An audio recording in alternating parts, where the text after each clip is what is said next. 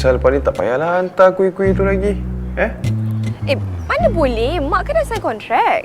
Ya, abang tahu. Tapi tak payahlah Nisa yang hantar. Aduh, suka hatilah. Takkanlah semua benda pun nak sekat. Melawan ke tu?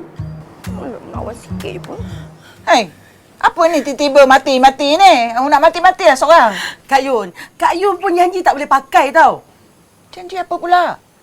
Kak Yun tak ada haji ke? Mana ada?